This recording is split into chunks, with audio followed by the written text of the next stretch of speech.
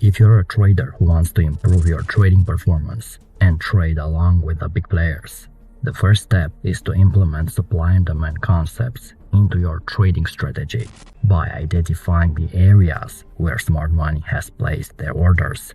You can trade along with them and benefit from their influence. A supply zone is where smart money has sold at higher prices, creating a bearish pressure that pushes the price down. A demand zone is where smart money has bought at low prices, creating a bullish pressure that pushes the prices up.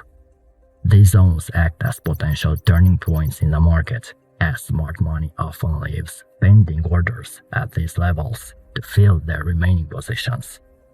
So in theory, if prices revisit these supply and demand zones, it's highly possible that they will be rejected. Now, to determine the optimal supply and demand zones, first you need to search for sharp price increases or decreases, which indicate the involvement of smart money in the market.